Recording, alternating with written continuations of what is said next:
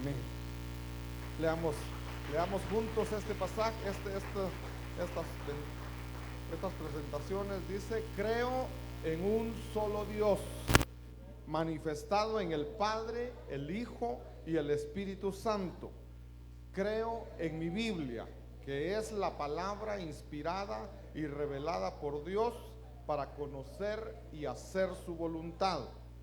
Verá Casamá es mi casa espiritual, donde les sirvo y estoy siendo preparado para el jarpazo. Amén. Gloria, demos un fuerte aplauso a nuestro Dios. El tema de esta tarde, mis hermanos, es la Santa Cena nos recuerda su amor. Y es que el Señor estableció la Santa Cena. Esto comenzó cuando el pueblo de Israel salió de Egipto. Ahí se celebró la Pascua. Mataron a un cordero y la sangre los cubrió, la sangre los protegió. Pero después el Señor, en vez de ser un cordero, un animalito, Él mismo da su vida por nosotros, para salvarnos, para rescatarnos.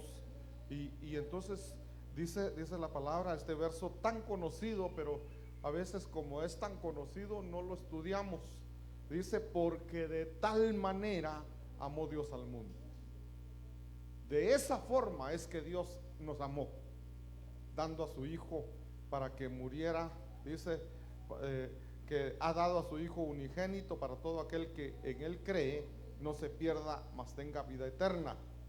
Entonces, primera de Juan, capítulo 3, verso 1, dice: mirad cuál amor nos ha dado el Padre. Ese mirad es como decir una llamada de atención para que nosotros nos detengamos y nos recordemos, pensemos, analicemos o meditemos en qué gran amor nos ha dado el Padre para que seamos llamados sus hijos. O sea, miren, cuando vemos a través del Antiguo Testamento, en el Antiguo Testamento, ¿cómo ustedes saben cómo le llamaban a Dios? Para, digamos, alguien quería referirse a Dios, ¿cómo hacía para referirse a Dios? Nosotros decimos el Padre, nosotros decimos Dios Padre, decimos Jesucristo, decimos el Espíritu Santo, pero en el Antiguo Testamento, ¿cómo hacía la gente para referirse a Dios? Porque ¿qué nombre tenía el Señor en el Antiguo Testamento? Y entonces la gente en el Antiguo Testamento no podía mencionar el nombre de Dios. Y entonces en hebreo le pusieron un nombre que es YHWH. ¿Cómo mencionaríamos eso? ¿Cómo leeríamos eso? YHWH. No se puede pronunciar. No se puede pronunciar ese nombre. Entonces, ¿por qué le escribieron así? Y lo pusieron así precisamente para que nadie mencionara el nombre de Dios, porque mencionar su nombre solo, digamos, nosotros pronunciar el nombre de Dios con una boca, perdonen hermanos, con una boca inmunda, con una boca sucia, con una boca llena de pecado, era: si yo menciono el nombre de Dios, voy a morir, voy a ser fulminado. ¿Por qué? Porque dice la palabra también que Dios es fuego consumidor. En el Antiguo Testamento vemos frases como, por ejemplo, en Lamentaciones dice que su misericordia es eterna, es grande, nuevas son sus misericordias cada mañana. Sí, pero la gente no podía ni siquiera pronunciar el nombre de Dios. Entonces viene Dios y miren cómo es esto. Viene Jesucristo, pero Él es Dios manifestado en un hombre. Y entonces ve que los discípulos, la gente ve que los discípulos de Juan oran, y Juan les enseñó a orar a sus discípulos. Y entonces le dicen los discípulos de Jesús: enséñanos a orar así como Juan le enseñó a sus discípulos. Y entonces viene Jesús y les dice: bueno, Entonces les voy a enseñar. Ustedes van a orar de esta manera: Padre nuestro.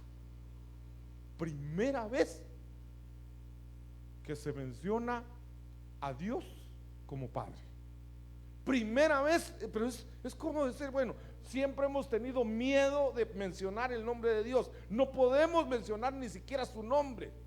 Pero viene Jesús y dice, ¿saben qué? A partir de ahora le van a decir Padre nuestro.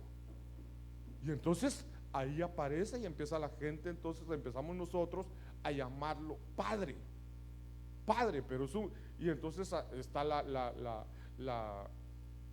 aparece el hijo pródigo.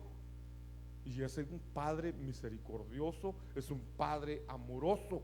Y entonces aquí dice, mira, observa, medita cuán grande es el amor de Dios.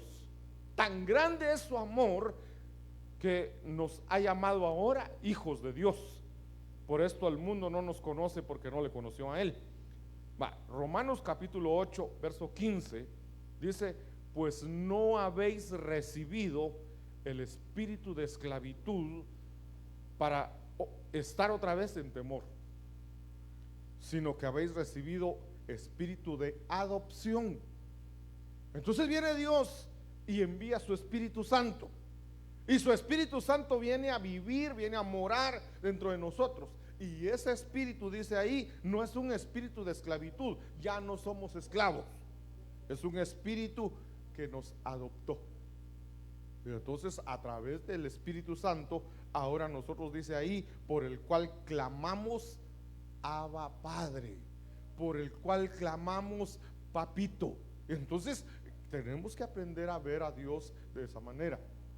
Y Dios, miren, Dios ha dicho, por ejemplo, aunque tu padre y tu madre te dejaren, con todo yo te recogeré. Lo que está diciendo es, ya no tienes papá ni tienes mamá porque te abandonaron, pero yo te voy a recibir, yo te voy a adoptar como hijo. Pero la pregunta es, miren hermanos, ahora yo me pongo a preguntar, ¿qué pasa con alguien que fue abandonado por su papá y fue abandonado por su mamá? O sea, pensemos, hay muchos casos de esos. Casos donde el hombre solo embarazó a la mujer y la abandonó. Entonces el bebé viene y desde antes de nacer ya no tiene papá, o el papá no se hizo responsable y no existe prácticamente. Y entonces la mamá, nace su hijo y algunas mamás o muchas mamás dicen, bueno, no hay papá, yo voy a cuidar de mi hijo. Y entonces vemos muchas madres solteras que han trabajado duro, hermano, que han vivido una vida, pero hermanos, son mujeres que han, qué sé yo, han dejado de comer con tal de mantener a sus hijos, y lo han logrado mantener a sus hijos, han logrado sacar adelante a sus hijos. Pero hay un grupo de mujeres también que en vez de hacer eso, dice, este niño vino a echarme a perder mi vida, ya no voy a poder casarme, ya no voy a poder conseguir trabajo, y abandonan a su hijo. Algunas lo regalan, otras lo dejan abandonado en algún lugar, otros la dejan en un basurero, otros la dejan en un desagüe, hermano, cosas horribles que se oyen.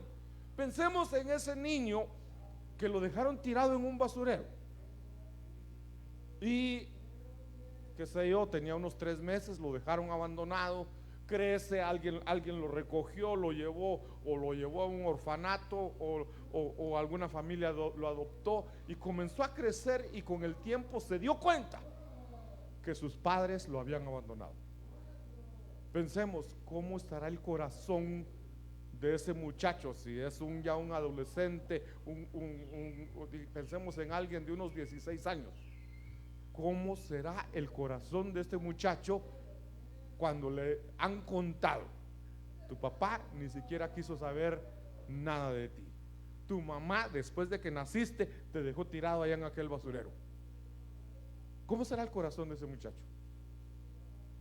Cuando piensa en padre, y venimos nosotros y le decimos, mira, mira qué gran amor de Dios al habernos adoptado y habernos hecho hijos.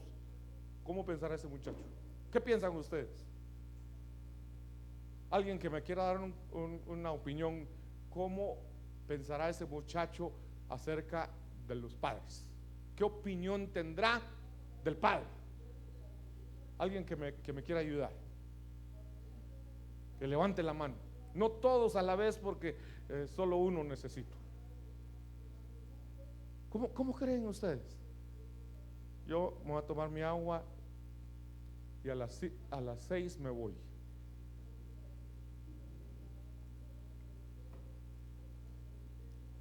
El tiempo corre.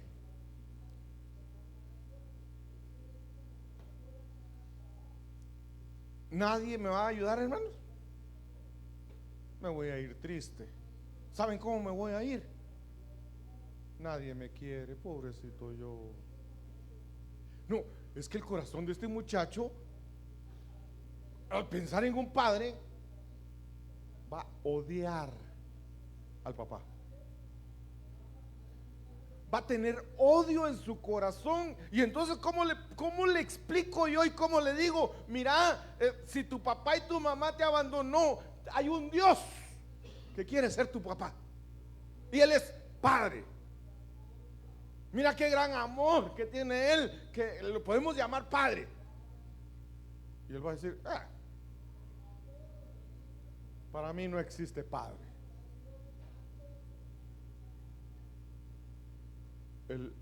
El padre biológico falló. El padre biológico le dañó a este muchacho, le dañó el amor que podía tener hacia un padre. Entonces es cuando Dios dice, bueno, voy a dejar entonces a los padres del alma para de alguna manera sanar eso. Y si el padre del alma también falla, Él es el padre por excelencia. Pero tenemos que aprender a acercarnos a Él, y entonces Él viene y derramó su espíritu, derramó su Espíritu Santo, envió a su Espíritu Santo para que nos sintamos nosotros, ahí dice, para que no seamos esclavos. Dice, no es un espíritu de esclavitud que nos haga vivir en temor, sino que habéis recibido el espíritu de adopción. Y entonces vamos a poder decir no simplemente papá, padre, sino vamos a poder decir papito. Pero ¿cómo puedes? Yo pregunto, ¿puedes tú llamarle a Dios papito, pero no simplemente por un pronombre, sino decirle papito porque realmente lo amas, porque realmente sientes la protección de Él, sientes que Él es el que te sostiene y que no hay nadie más, Él es el único? Y entonces cuando aprendemos eso, podemos decirle papito, podemos decirle Abba Padre. Y entonces, miren, Gálatas capítulo 4, verso 4 dice, pero cuando vino el cumplimiento del tiempo, Dios envió a su Hijo. Dios Padre envió a su Hijo, y lo envió nacido de mujer y nacido bajo la ley. Es que Él cumplió todo lo que pedía la ley para un hijo, ¿verdad? Para un hombre. Él nació con todas las de ley, nacido de una mujer, pero fue enviado por Dios Padre. Y entonces dice el verso 5, para que redimiese. Eso es, para que nos comprara, para que redimiese a los que estaban bajo la ley, a fin de que recibiésemos la adopción de hijos. Entonces, mis hermanos, el Señor nos ha adoptado, nos ha hecho sus hijos. Dice el verso 6, por cuanto sois hijos. A ver, levanten la mano los que saben que son hijos de Dios. Por cuanto eres hijo, Dios envió a nuestro corazón el Espíritu de su Hijo. Una cosa es el Espíritu Santo y otra cosa es el Espíritu del Hijo. Entonces, miren, Dios envió al Espíritu de su Hijo, el cual clama: Abba, Padre. El Espíritu dentro de nosotros. O sea, el Espíritu nos convence a nosotros. El Espíritu trabaja desde adentro. Nos hace saber que somos hijos. Porque ¿de qué forma voy a convencerme yo? Bueno, primero por la fe. Tengo que creer lo que dice la palabra. Pero el Espíritu mismo, dice la palabra, el Espíritu mismo da testimonio a mi espíritu humano. El Espíritu de Dios le da testimonio, le habla, le confirma a mi espíritu que yo soy hijo de Dios. Entonces cuando me convence, me hace comprender que ya soy hijo. Pero entonces el Espíritu de Cristo dentro de nosotros es el que clama. Le clama al Padre y le dice: Abba, Padre. Es con amor, le llama papito, papito. Entonces necesitamos, mis hermanos, a través de la Santa Cena, primero saber, como dice acá, decía el verso 4, cuando se cumplió el tiempo. ¿Qué tiempo? Cuando Dios decidió enviar a su Hijo. No es que el Hijo de repente: me tengo que ir ahora quiero ir. No es cuando Él quería. Es cuando estaba el tiempo establecido que Él tenía que venir. A veces la gente piensa que, bueno, Dios hizo al hombre, lo hizo a Adán y a Eva. Es como este va a ser mi pueblo, voy a hacer una creación para que me adore, para que me alabe, y yo voy a amarlo con todo mi corazón. Y entonces lo puso en el Edén. Pensamos eso, ¿verdad? Y entonces pero después dice: Eva pecó, Adán pecó, y entonces creemos, hay gente que cree de esta manera: se echó a perder la creación de Dios. Le falló el plan a Dios. Y entonces, como le falló el plan, entonces ahí dice: ahora ¿qué va a hacer Dios para salvar a la humanidad? Y entonces como que Dios se rasca la cabeza: ¿y ahora qué hago? ¿Y qué hago ahora? Adán pecó, Eva pecó y ya se echó a perder la humanidad. ¿Qué hago? Ya sé, voy a enviar a mi hijo. No, eso no fue así. Eso no fue así. Dios, desde antes de la fundación del mundo, ya había decidido que iba a enviar a su hijo, cuando Adán y Eva ni siquiera existían. Eso ya estaba. No es que ahora qué hago, era el plan de Dios. Dios ya sabía que, miren, Dios hace a su creación, y todo lo que hace Dios lo pone a prueba. Porque digamos, a nosotros los seres humanos nos dio una característica que no lo tienen todos: nos dio libre albedrío. Él dice: voy a hacer al hombre. Hizo a Adán, pero no lo hizo como un robot, es decir, voy a hacer a Adán y no me va a fallar porque no tiene cómo fallar. No, le puso voluntad. Voy a hacer a Adán, voy a hacer a Eva.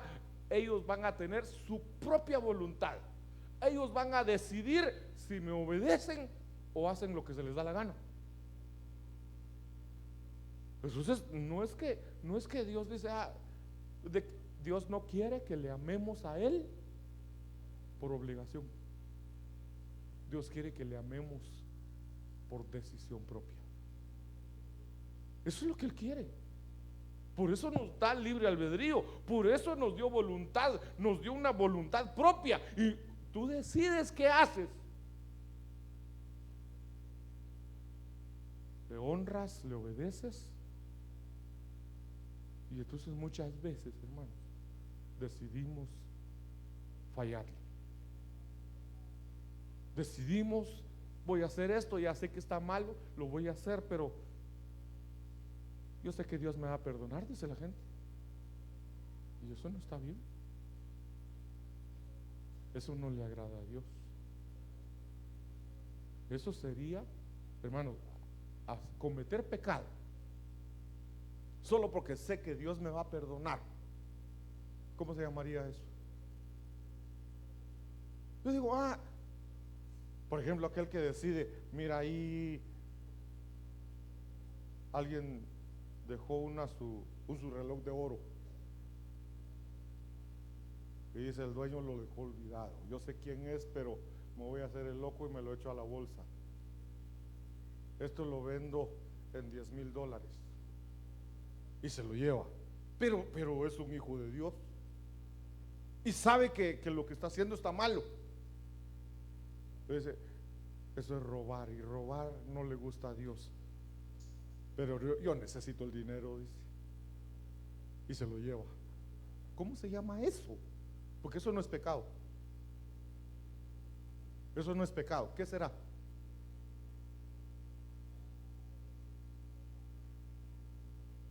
Iniquidad. Porque el pecado es algo que cometemos casi que sin pensarlo. Pero ya yo sé que es pecado. Yo sé que no le agrada a Dios. Pero lo necesito, dice. Tal vez ni lo necesita. Y lo hace. ¿Y qué dice? Después me reconcilio. Eso es iniquidad. Es un pecado, hermanos. Si lo miramos a nivel jurídico, lo hizo con alevosía y ventaja, ¿va? ¿Cómo es la frase completa? Dejémoslo ahí, con alevosía y ventaja. Lo hizo con premeditación. Y nosotros muchas veces actuamos así, de esa forma. Muchas veces, hermanos. Y miren, Hebreos 6. Hebreos 6 es un capítulo bien complicado. Porque dice la palabra, si alguien que ha disfrutado de los poderes del Espíritu Santo, si ha conoció el Espíritu Santo, tuvo dones, hermanos, recibió gozo, recibió lo que nos da el Espíritu Santo. ¿Qué nos da el Espíritu Santo? El Espíritu Santo nos da paz, nos da gozo, nos da amor, y tenemos revelación de su palabra, y vivimos esa vida hermosa en el Espíritu. Y entonces dice Hebreos, si alguien después de haber recibido todo eso decide darle la espalda a Dios, es como que está volviendo a sacrificar a Jesucristo. Y entonces dice, ya no hay remedio. O sea, tenemos que aprender, mis hermanos, que aunque tenemos a un Dios de misericordia, que aunque tenemos un Dios de amor, aunque dice la palabra, de tal manera amó Dios al mundo que envió a su Hijo unigénito para dar su vida por nosotros. Dio su vida, pero no significa que como Él dio su vida y me perdona, entonces yo puedo hacer lo que se me da la gana. Ya entendía, reconocí el sacrificio que Él hizo para salvarme. Ese fue un gran amor. Es un gran amor que Dios hizo para poder, hermanos, del Padre desprenderse de su Hijo, entregarlo. Pensemos en ese momento. Jesús está crucificado en la cruz. Está en la cruz. Él tiene poder para bajarse de la cruz. Él tiene autoridad para llamar a una legión de ángeles y que hagan estragos ahí con todos los que lo crucificaron. Pero Él se queda ahí en la cruz.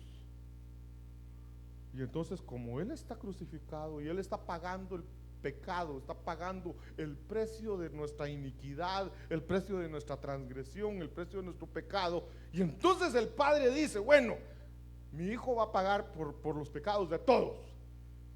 Y entonces viene el Padre y toma el pecado de todo, de toda la humanidad. Podemos pensar en cualquier tipo de pecado y se lo pone en los hombros a Jesús, se lo echa encima.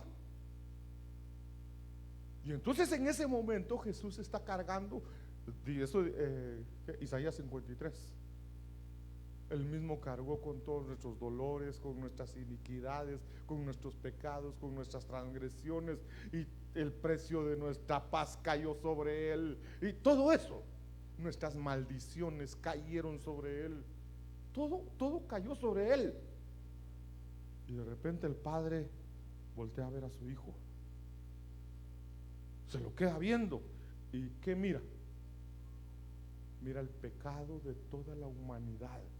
Ya no mira a su hijo, mira el pecado. Y cuando mira el pecado de toda la humanidad, el Padre dice: yo no lo puedo ver, y le da la espalda. No lo puedo ver, no lo puedo ver, le doy la espalda. Es como decir: es un pecador, está sucio, está inmundo, está cargado de maldición, de pecado, no lo puedo ver. Y le quita su protección, le quita su amor, le quita todo, le dio la espalda. Y entonces Jesús en ese momento, ¿qué dijo? ¿Alguien recuerda las palabras de Jesús? Padre mío, ¿por qué me has abandonado? Él sintió el abandono de su propio Padre. Pensemos, hermanos. Entonces el Padre lo abandonó, entonces no nos ama. No digamos eso. El Padre pudo haber dicho que el mundo, que la gente pague su propio pecado. A mi hijo lo quito de ahí. Vayan ángeles, vayan a quitarlo, porque a mi hijo no voy a permitir que mi hijo cargue con el pecado de toda la humanidad. Tan grande fue el amor del Padre que decidió dejar a su hijo solo para poder redimirnos. Y entonces Jesús, miren, el Padre podía quitarlo, el Padre podía hacer cualquier cosa y decidir salvar a su hijo. Hermano, mamás, ¿qué hacen ustedes si otro adulto está queriendo corregir a su hijo de 5 años? ¿Qué hacen? ¿Qué hace una mamá si ve que otra, no que otra, sino una vieja está maltratando a su niño y lo está haciendo, todavía encima de eso lo hace injustamente? ¿Qué hace? Diría la palabra, se levanta como una leona a defender a su hijo. Y el Padre no podía hacer eso, el Padre con su hijo, y ver todo el pecado encima de él. Yo creo que Él, si no nos hubiera amado tanto, hubiera rescatado a su hijo. Entonces eso el Padre ahí mostró su amor. Y viene Jesús y Él está ahí, y no solo está cargando con todo, ya lo abandonó el Padre. Siente el peso, el dolor, el abandono, la burla de la gente, lo que dice ahí, el oprobio, la vergüenza. Y entonces dice la palabra que Él no se bajó de la cruz. ¿Por qué? Por el gozo puesto delante de Él. ¿Cuál fue ese gozo? Él dice: un poquito más Solo me aguanto un poquito más y voy a ver a toda esta gente siendo redimida, siendo salva. Y ese fue su amor. Ese amor tan grande de Jesús hizo que Él no se bajara. Y no se bajó. Y entregó su vida. Entregó su vida ahí. Entonces dice Gálatas 4:7: así que ya no eres esclavo, porque Él dio su vida. Eres hijo ahora. Y si hijo, también heredero de Dios por medio de Cristo. La herencia que le corresponde a nuestro Señor Jesucristo nos toca a nosotros también. La herencia que Él tiene como hijo nos la ha pasado a nosotros. San Juan capítulo 1 versículo 12 dice: mas a todos los que le recibieron, ahí entramos nosotros, mas a todos los que le recibieron, a los que creen en su nombre, les dio potestad de ser hechos hijos de Dios. Entonces ahora somos hijos. Somos hijos porque creímos en Él y le recibimos. Entonces, mis hermanos,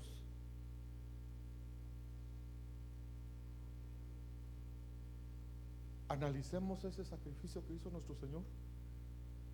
No lo hizo porque ay, lo tengo que hacer.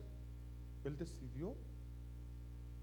Él optó voluntariamente a dar su vida. Él dijo: yo tengo autoridad para poner mi vida y tengo autoridad para volverla a tomar. A mí, él, o sea, a Él no lo mataron, Él dio su vida. Él no murió porque ya no podía hacer nada, los soldados lo tenían ahí. No, si Él podía hacer cualquier cosa, Él podía salvarse de eso. No lo hizo por amor. Mirad cuál amor nos ha dado el Padre. Mirad cuál amor. San Juan capítulo 15 verso 13 dice: nadie tiene mayor amor que este, que uno ponga su vida por sus amigos. Ese es el mayor amor. Él dio su vida por nosotros. Y entonces dice el verso 16: no me elegisteis vosotros a mí, sino que yo os elegí a vosotros. Él nos está llamando amigos. Él dice: no hay un amor mayor que este, que uno dé su vida por sus amigos. Entonces Él decidió que nosotros fuéramos sus amigos y dio su vida por nosotros. Ese es el amor más grande. Pero dice: no fue que ustedes me eligieron a mí como amigo, yo los elegí a ustedes como mis amigos. Y dice la palabra en otro lado, que cuando Él dio su vida por nosotros, éramos sus enemigos. Cuando no estábamos reconciliados con Él, Él dio su vida. Esto está en Romanos 8. Si Él dio su vida cuando nosotros no estábamos reconciliados con Él, entonces dice ahí por los versos 30 y algo en adelante: ¿cómo no nos dará juntamente con Él todas las cosas? Si dio su vida cuando no éramos sus amigos, cuando nosotros no estábamos reconciliados con Él, pero Él nos eligió. Él dijo: a estos los voy a tomar como mis amigos. Nos eligió, dio su vida, y entonces nos convertimos en hijos. Entonces dice: y os he puesto para que vayáis y llevéis fruto, y vuestro fruto permanezca. Este es el compromiso de nosotros ahora. Él ya hizo lo que tenía que hacer. Él ya dio su vida. Él nos hizo sus amigos cuando nosotros éramos sus enemigos. Nos tomó como amigos, dio su vida por nosotros. Y entonces dice ahora: bueno, ahora ya los rescaté, ya los hice mis hijos. Ahora les toca a ustedes. Nos toca entonces llevar fruto, y que nuestro fruto permanezca, para que todo lo que pidierais al Padre en mi nombre, Él os lo dé. Hermanos, nos toca dar fruto, hermanos. Nos toca corresponderle. ese gran amor que Él tuvo por nosotros, nos toca ahora corresponderle. Hebreos capítulo 4, verso 14. Por tanto, teniendo un gran sumo sacerdote que traspasó los cielos, Jesús, el Hijo de Dios, retengamos nuestra profesión.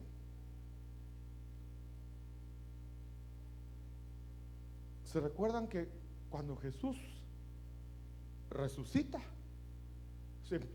empieza a aparecerles a sus discípulos? Les apareció a las mujeres, les apareció a los discípulos de Maús, les apareció a Pedro, Jacobo y Juan cuando estaban en el mar. Pero siempre que aparecía, bueno, entra otra vez donde están los 12, y Él dice, cada vez que se les aparecía así: paz a vosotros, paz a vosotros. Esas eran sus palabras después de haber resucitado. ¿Por qué decía paz a vosotros? Aquí dice, tenemos un gran sumo sacerdote.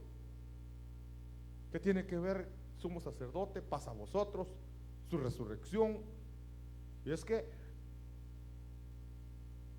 para el tiempo de la Pascua, o la fiesta de la Pascua, mataban un corderito, un animalito, la sangre, el sumo sacerdote tomaba la sangre en un recipiente, y después de haber hecho todo lo que rociaba la sangre aquí, que le echaba sangre allá y todo, después de todo, entraba él con la sangre del animalito, pasaba el lugar santo, el lugar santísimo, y en el lugar santísimo iba a ofrecer la sangre. Entraba al lugar santísimo, al trono de la gracia, entraba ahí al trono de la gracia, y entonces venía así al Padre: Señor, vengo a ofrecerte esta sangre para perdón de pecados. Y si esa sangre era aceptada, entonces el Padre recibía la sangre y el sumo sacerdote podía salir. Y cuando salía, todo el pueblo estaba afuera, estaba orando, estaba clamando para que Dios aceptara esa sangre como sacrificio por el pecado. Y entonces estaba todo el pueblo clamando, y salía el sumo sacerdote y llegaba y cruzaba la puerta: paz, paz a vosotros.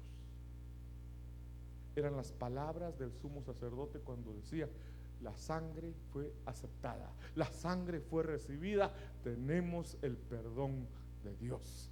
Entonces Jesús, cuando se aparece, un fuerte el aplauso a nuestro Dios.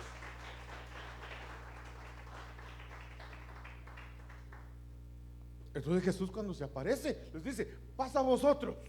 El pueblo inmediatamente entendía: su sangre fue aceptada, su sangre fue recibida, somos libres, nuestros pecados fueron perdonados.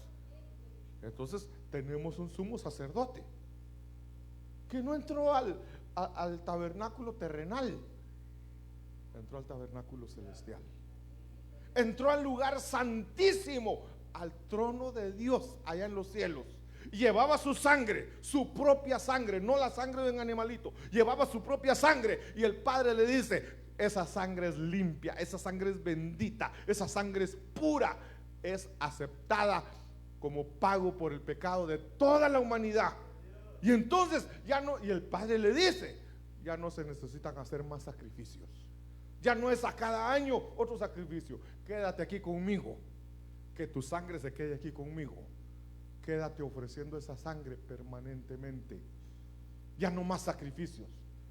Entonces tenemos, dice ahí, por tanto, teniendo un gran sumo sacerdote, traspasó los cielos hasta el trono de Dios, a Jesús, el Hijo de Dios. Entonces, ¿qué nos queda a nosotros? Primero dice: bueno, Jesús ya dio su vida, Jesús ya nos hizo hijos, entonces demos fruto. Ahora dice: Jesús ya está ahí arriba, ofreció su sangre, fue aceptada. ¿Qué nos queda a nosotros? Retengamos nuestra profesión. O sea, vivamos como es digno de un hijo de Dios. Vivamos como es digno de un hijo de Dios. Hebreos 4:15 dice: porque no tenemos un sumo sacerdote que no pueda compadecerse de nuestras debilidades. O sea, Dios Padre, podríamos, Dios, ¿qué sabe Él? Podría decir alguien, ¿verdad? ¿Qué sabe Él de cansancio si Él no se cansa? ¿Qué sabe Él de tristeza si Él nunca estuvo triste? ¿Qué sabe Él de dolor? ¿Qué sabe Él de un rechazo?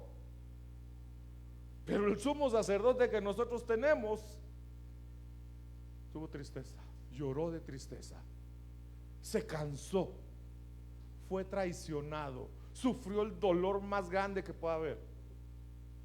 Entonces dice, tenemos un sumo sacerdote que no tenemos un sumo sacerdote que no pueda compadecerse de nuestras debilidades, porque Él vivió todo eso. Dice, sino uno que fue tentado en todo, según nuestra semejanza, pero nunca cometió pecado. Ese es nuestro sumo sacerdote, el que está ahí arriba. ¿Y qué está haciendo ahí arriba? Está intercediendo por nosotros. Cada vez que nosotros le fallamos, Él dice, Padre, ya se arrepintió, Padre, ya me pidió perdón. Yo lo entiendo porque allá en la tierra así es, Padre.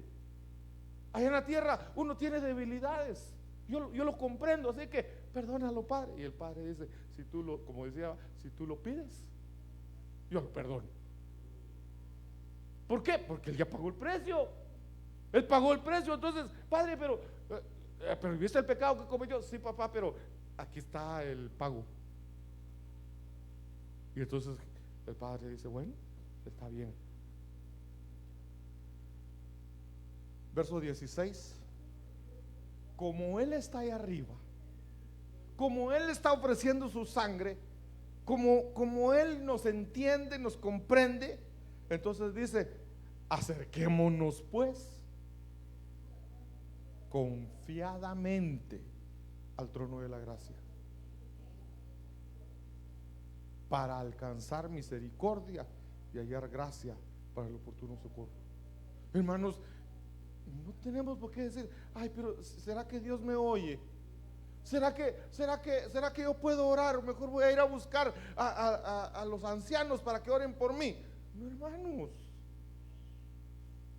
acércate con confianza al trono de la gracia, que ahí está nuestro sumo sacerdote. Él está ahí y Él nos comprende, Él nos entiende. Y entonces acerquémonos desde ahí con confianza y vamos a alcanzar misericordia.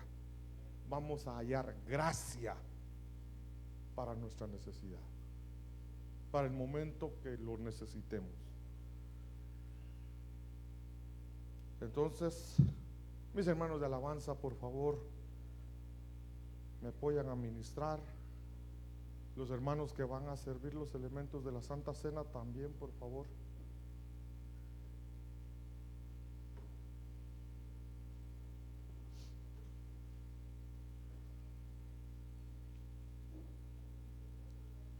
Qué gran amor el del Padre. Qué gran amor el de nuestro Señor Jesucristo. Pudiéndose bajar de la cruz, no lo hizo. El Padre pudiendo quitar a su Hijo, hermano, el Padre, ¿cuánto habrá sufrido el Padre ver cómo el mundo trataba a su Hijo? Y en vez de quitarlo, en vez de arrebatarlo, decir mejor lo voy a traer y me lo traigo aquí al cielo otra vez, en vez de hacer eso, le dio la espalda. Le dio la espalda, pero cuando Él le da la espalda, claro, le dio la espalda porque miraba el pecado que Él estaba cargando, pero le dio la espalda también por amor a nosotros. Porque Él dijo, si lo sigo mirando, lo voy a rescatar. Y yo quiero que la humanidad se salve. Primera de Corintios capítulo 11 verso 26 dice: así pues, todas las veces que comieres este pan y bebieres esta copa, la muerte del Señor anunciáis hasta que Él venga. Pero miren, estamos anunciando su muerte. Entonces aquí hay una cruz. A veces nos da un poquito de temor usar la cruz, porque hay otros que usan la cruz, pero el mundo, el enemigo lo que quiere es que nosotros veamos a un Cristo derrotado, que veamos a un Cristo que está con dolor, que está con angustia, un Cristo que miren, que hasta cara de no sé, cara de amargado tiene.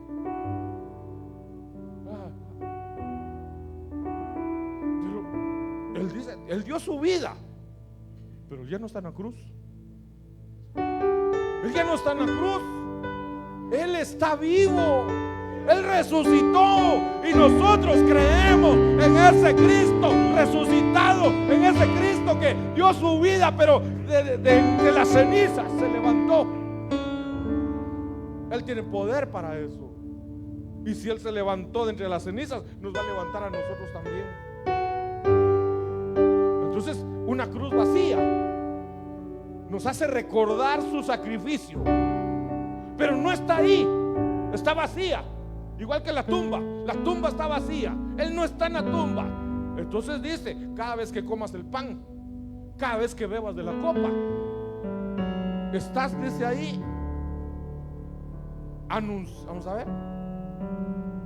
La muerte del Señor anunciáis. Estamos anunciando su muerte. Él murió, pero dice, hasta que Él venga. O sea, Él murió, incluye que resucitó, incluye que ascendió a los cielos y que está ya sentado a la diestra de Dios Padre. Y le estamos diciendo, con la copa, le estamos diciendo, Él va a regresar. Él va a regresar. Entonces estamos anunciando su muerte, anunciando su resurrección y anunciando su pronta venida. Dice el verso 27: de manera que cualquiera que comiera este pan o bebiera esta copa del Señor indignamente. Hermanos, tenemos que tener cuidado. Miren, no está diciendo que no la bebamos, que no comamos. Indignamente.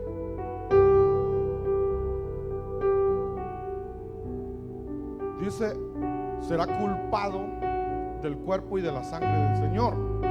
Pero el verso 28 dice, por tanto, o sea, para no ser culpables. Eso está diciendo. Entonces, si alguien lo come y bebe indignamente, entonces va a ser culpable de la muerte del Señor. Pero para no ser culpable, pruébese cada uno a sí mismo. Y entonces dice, miren, esto hay que aclararlo, porque algunos dicen, ya me probé, ya me examiné, y yo sé que le he fallado al Señor, yo sé que estoy en pecado, entonces no puedo participar de la copa, no puedo participar del pan, porque ya me examiné y yo soy pecador. La pregunta es, ¿quién no es pecador? ¿Quién no está en pecado? Todos fallamos. Lo que está diciendo es, pruébate, examínate, júzgate. Y ahí después dice, y coma así del pan y beba de la copa. Si no dijera, examínate y cuando te des cuenta que estás mal, no vayas a beber, no vayas a comer. No dice eso. Lo que dice es, date cuenta cómo estás. Date cuenta y entonces vas a participar de la copa, vas a participar del pan, pero ya te discerniste, ya te examinaste.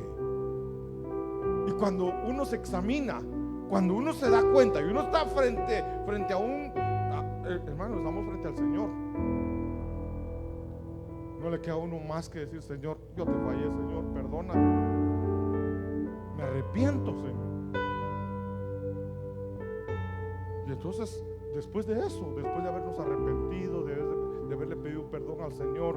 Entonces dice: ahora coma así del pan y de la copa, porque el que come y bebe indignamente, el que come sin probarse, sin examinarse, sin discernir el cuerpo del Señor, es una copa de vino, qué rico, dicen algunos. No, esto no es simplemente una copa de vino. Esto representa la sangre que Él derramó. Entonces discernir es: Él dio su sangre por mí, Él sufrió, Él tuvo dolor, angustia, Él derramó su sangre, pero lo hizo por amor. Pudo haberse bajado de la cruz, pero no lo hizo porque quería que yo me salvara. Estoy discerniendo el sacrificio. Entonces, en lo que tomémonos un tiempo para examinarnos, para probarnos. Pongámonos a cuentas con el Señor, pidámosle perdón, hermano. Pongámonos a cuentas. No dejemos pasar esta oportunidad. Hoy el Señor quiere bendecirnos, quiere mostrarnos su amor, su misericordia. Él quiere decir: entra con toda confianza al trono de la gracia. Hoy Él te dice: tú eres hijo, tú eres hijo. Tienes al Espíritu Santo dentro de ti que clama: Abba, Padre.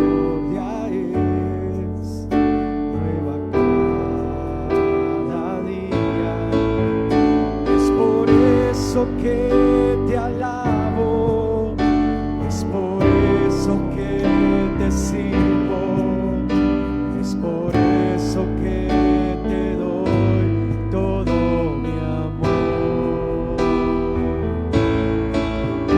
es por eso que te alabo, es por eso que te sirvo, es por eso que te doy todo mi amor.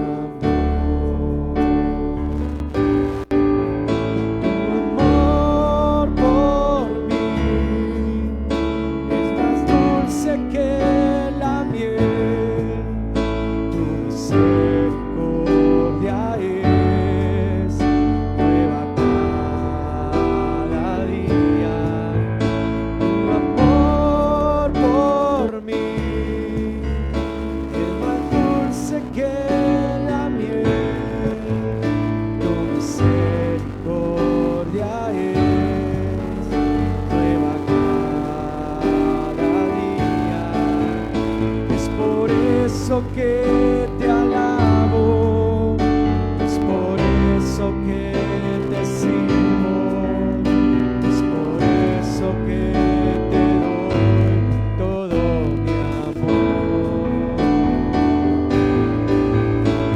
Por eso que te alabo, es por eso que te sirvo, es por eso que te doy todo mi amor.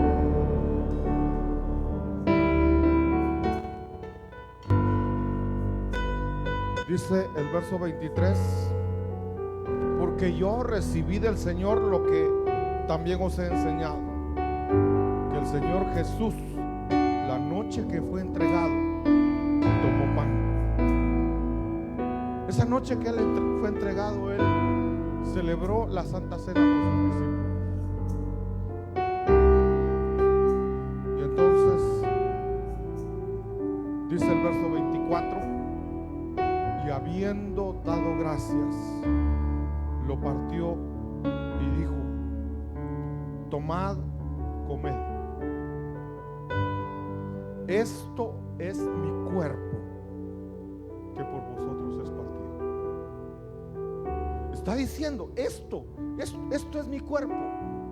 Esto representa, el cuerpo representa su carne. Haced esto en memoria de mí. Era lo que decía los versos anteriores. No podemos participar indignamente. No podemos participar sin discernir el cuerpo de Cristo. Entonces, este pan representa el cuerpo de Cristo, que por nosotros fue partido, que Él dio por nosotros y que lo vamos a hacer, lo vamos a comer en memoria de Él. Gracias, papito amado, gracias, mi Dios, por haber entregado a tu Hijo en ese sacrificio. Nosotros no podíamos hacerlo, pero tu Hijo sí, porque estaba sin pecado. Gracias, Señor, por tan grande amor que tuviste por nosotros. Hoy participamos de su cuerpo en memoria de Él. Comamos, hermano.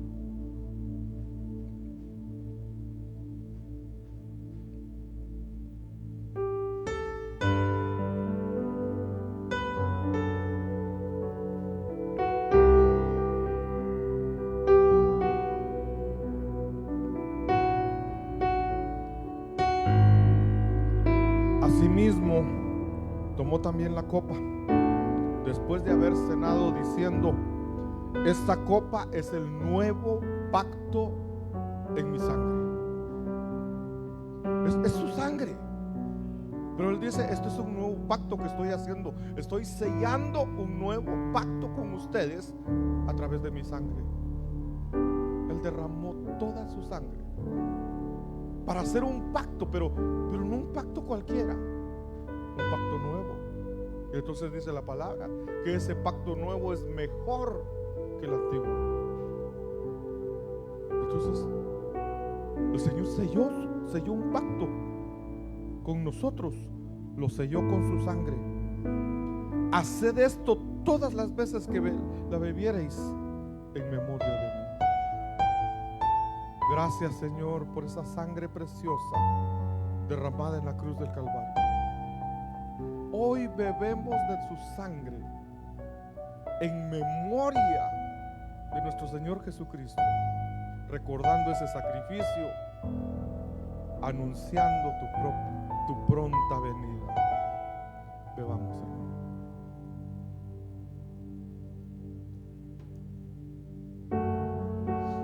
Gracias, Señor bendito.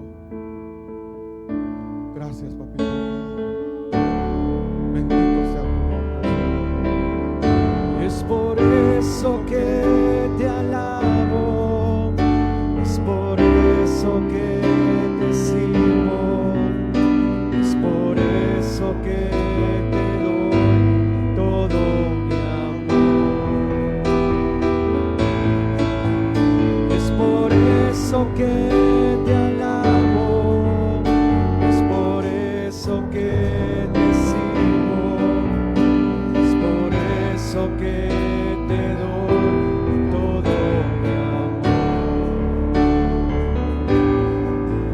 Tu amor por mí es más dulce que la miel, y tu misericordia es nueva cada día. Tu amor por mí es más dulce que la miel, y tu misericordia es nueva cada día. Es por eso que te alabo, es por eso que te sirvo, es por eso que te doy todo mi amor. Es por eso que te alabo, es por eso que te sirvo, es por eso que te doy todo mi amor. Segunda de Corintios capítulo 6 verso 17 dice: por lo cual salid de en medio de ellos y apartaos, dice el Señor, y no toquéis lo inmundo, y yo os recibiré y seré para vosotros por Padre, y vosotros me seréis hijos e hijas, dice el Señor Todopoderoso. Así que yo les dejo el tiempo a los de la mesa profética que van a ministrar los elementos de la mesa.